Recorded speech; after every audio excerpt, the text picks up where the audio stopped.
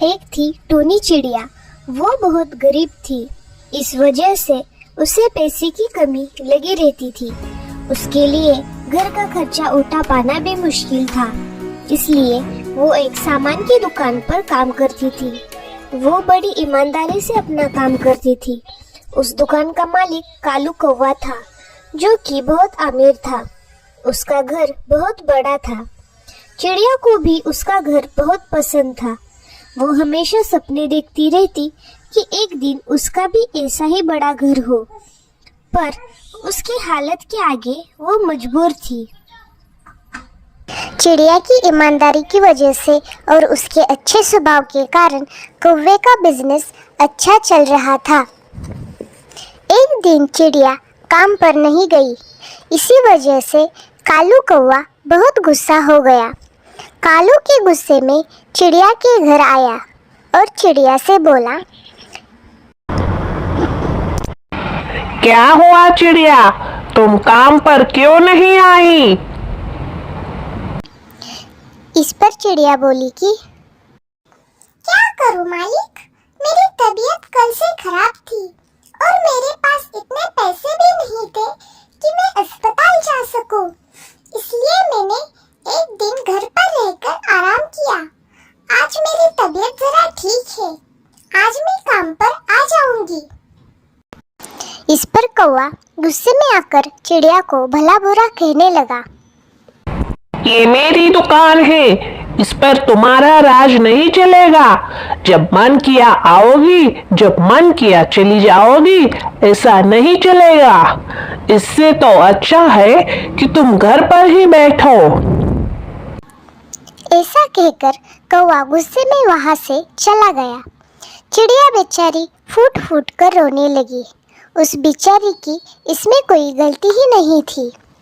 अगर कोई गलती थी तो सिर्फ उसकी गरीबी की थी, जिसकी वजह से उसे ये सब सुनना पड़ता था। कुछ दिन तो ऐसे ही निकल गए। जो कुछ घर में था वो सब खत्म हो गया। टूनी चिड़िया को आगे की टेंशन सताने लगी कि वो आगे क्या करे, कैसे पैसे कमाए और अपना पेट पाले। इसी टेंशन में बेचारी अपने घर में दुखी हारी बैठी हुई थी कि दरवाजे पर किसी ने दस्तक दी। चिड़िया ने जाकर देखा कि वहाँ पर एक बूढ़ी चिड़िया है, जो कि बहुत गरीब लग रही थी। शायद उसे कुछ खाना चाहिए, इस वजह से वो यहाँ आई होगी।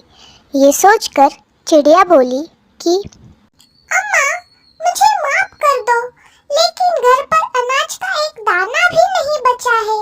मैं आपकी कोई मदद नहीं कर पाऊंगी।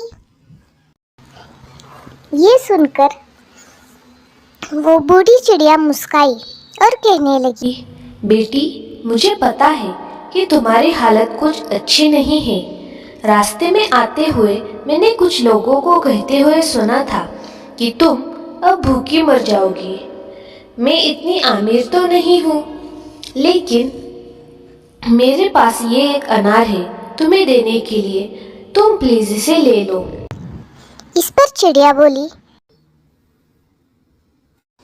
नहीं नहीं अम्मा, ये आप खा लो, मैं अपना कुछ इंतजाम कर लूंगी। चिड़िया को वो अनार तो चाहिए था, लेकिन वो बूढ़ी चिड़िया से अगर वो अनार ले लेती तो वो बूढ़ी भूखी रहती। ऐसा सोचकर उसने मना कर दिया। तभी वो बूढ़ी चिड़िया बोलती है, देखो बेटी, मुझे अम्मा भी बुलाती हो और मुझसे ये अनार लेने में भी कतराती हो, तो फिर मैं अपना हक जताते हुए तुम्हें ये अनार दूंगी। ऐसा कहकर उस बुढ़िया ने टूनी चिड़िया के हाथ में अनार थमा दिया और जल्दबाजी में वहां से चली गई। चिड़िया मन ही मन में खुश तो थी, लेकिन उसे बूढ़ी चिड़िया के लिए बुरा लग रहा था। ऐसा सोचते सोचते रात हो गई। टूनी चिड़िया को भूख लग रही थी, इसलिए उसने वो अनार खाने का सोचा और उसने वो अनार खोला। अनार को खोलते ही उसके अंदर का नज़ारा देखकर वो दंग रह गई। उस अनार के अंदर अनार के बीज नहीं थे, बल्कि हीरे, मोती और जवाहरात थे। उसके घर में अंधेरे में वो हीरे तारों की तरह चमचमा रहे थे।